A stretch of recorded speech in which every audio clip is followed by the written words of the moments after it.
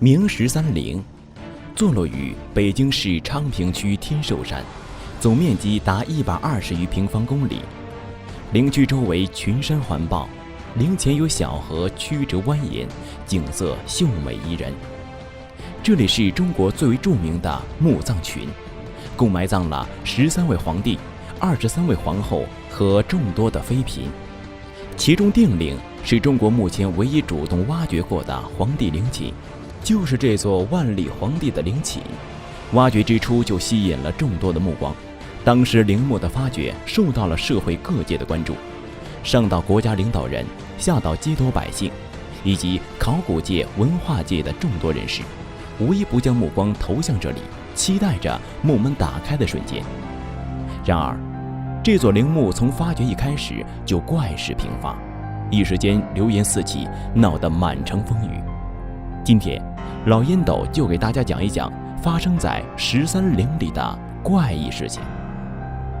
首先，1956年开挖当日，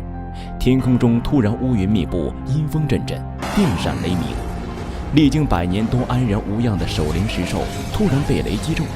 更加不幸的是，雷电转后劈向人群，其中2个人被当场劈死。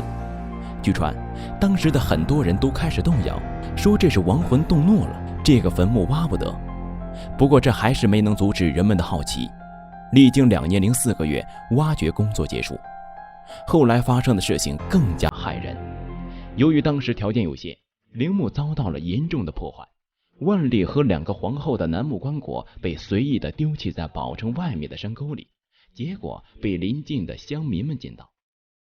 万历皇帝的棺椁乃是上好的金丝楠木所做，一对老年夫妇特意用它打造了2口棺材，以备后事。结果就在棺椁做好之时，夫妻俩双双殒命，2人死亡时间相差不到半个月。老夫妻的突然离世让了解此事的人大为震惊，人们纷纷传言，夫妻俩是因为动了皇帝的棺材才丧命的。这个离奇的事也就越传越邪乎了。可怪事远远不止如此。另外捡到棺木的是一对年轻夫妻，2人将宽大的金丝楠木板又运回家中，找人做成了2个躺柜，端端正正地摆在堂屋里。不久之后，夫妻俩的4个孩子便被活活闷死在这个躺柜里。4个孩子相互挤压着，手指根部渗出了血渍，柜壁布满了抓过的痕迹，死状可怖。在躺柜柜边上，4双小鞋整齐地摆放着。见到这一幕的百姓无不惊恐万分，村里人纷纷传说，皇帝的东西不是随便可以用的，要是没了福分，消受不起，还会搭上性命。后来夫妻俩又有了孩子，不幸的是，这个孩子也未能幸免。孩子据说是在一个寂静的深夜被人发现死于一氧化碳中毒。蹊跷的是，孩子死时恰恰趴在躺柜上。这件事在当时弄得沸沸扬扬，几块棺木搭上了7条人命。人们说这是附在棺木上的诅咒，不知是巧合还是冥冥之中早已注定。总之，这件事之后，附近的人再也不敢随便捡山里的东西了，生怕一个不小心，灾祸就会降临在自己身上。直到今天，村里上了年纪的老人还清楚地记得此事，人们谈之色变。这还不算完，在这之后，怪事还在不断的发生，甚至连参与开掘坟墓的人都牵连其中。定陵开掘主要决策者狱中自杀，担任开掘指挥官飞机失事，开棺摄影师上吊，余下的人也大多经历意外。在这期间，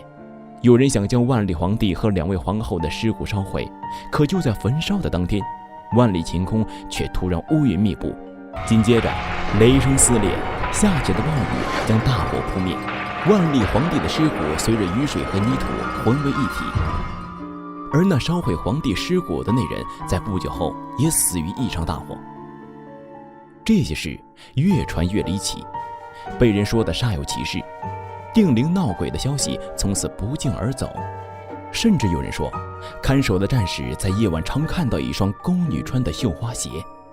虽然后来被证实是工作人员疏忽遗漏的，但想想，当游客散尽，太阳落下，绵延的燕山深处，惨白的月光下，阴森死寂的陵墓，长眠地下的尸体。这样的场景确实让人毛骨悚然。这些离奇的事件使13陵景区笼罩上了一层恐怖的阴影，人们在这常听到各种各样的灵异传闻。而这些灵异事件真的存在吗？其实老烟斗认为可以这样想，当时的新中国刚刚成立不久，人们的生活发生了翻天覆地的变化。比起其他时间，这一时期新旧思想的碰撞也是异常激烈。一方面，科学的火花在中华大地闪耀着动人的光芒，一批批相信知识、充满干劲、渴望探索的人们分散在祖国的各个角落，希望用自己的努力改变中国的积贫积弱的命运。而同一时期，中国还有很多的淳朴百姓，他们更愿意相信命运，相信因果轮回。一旦遇上天灾人祸，他们就不禁去用一些非自然的东西来解释。况且这里本是帝王陵寝，埋葬着许许多多的生命，或多或少有些阴森之感。人们在这样的情绪下，更愿意将一切科学解释不了的巧合说成鬼怪作祟，以此宣泄种种情绪。所以说，当时关于13陵的灵异事件如此之多，也就不足为奇了。斗转星移，一个甲子的时光匆匆而逝，当年这些灵异事件的真假已经无从考证了。今天的明13陵规模宏大，气势磅礴，坐落于群山之间，静静地向来到这里的人们讲述着曾经的历史与过去的故事。据当地人说，进入定陵的规矩非常多，例如进去的时候不从牌坊下面经过，出来的时候快出牌坊，嘴里一边说我回来了，并且出来之后不要回头，因为牌坊是阴阳相分的标志。从人为开凿的楼梯下去，大概6、7层楼的深度，地宫阴凉，比起外面有温差很大。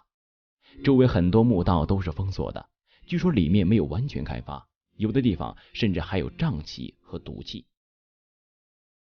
其实原先准备挖掘的是朱棣的长陵，但因为对地宫的挖掘史无前例，又加上长陵的地宫比较大，所以考古家们找到了相对较小的定陵实验挖掘。但因为经验的不足，在仓促地打开地宫的金刚门后，墓里面无数在低氧情况下存放数百年的精美珍贵的字画、丝绸等文物迅速碳化，百年珍宝毁于一旦，造成了重大的损失，始终令考古学家们痛心疾首，因此后续的挖掘也就终止了。虽然很多人说定陵的挖掘是考古界的一大悲剧，它给明代历史，尤其是墓主人万历皇帝的研究造成了不可挽回的巨大影响。然而换个角度看，这又何尝不是一场证据呢？正是有了前车之鉴，人们才意识到考古工作真正的意义，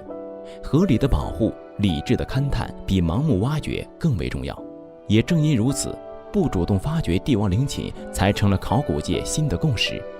我们有理由相信，随着科技水平的不断提高和考古工作的不断深入，围绕在13陵的种种谜团将会一一解开，有关这个伟大帝国的历史也会逐渐的清晰明朗。不管13陵的灵异事件是真是假，这里始终是中华历史文化难得的珍宝。文物的保护、文化的留存与延续，需要我们更多人的努力。最后，想了解有关13陵更详细、更有意思的内容的朋友，可以关注我的公众号老烟斗或者新浪微博老烟斗鬼故事，回复13陵获取更多相关信息。本期到此就结束了，我们下一期黄河透明棺材之谜不见不散。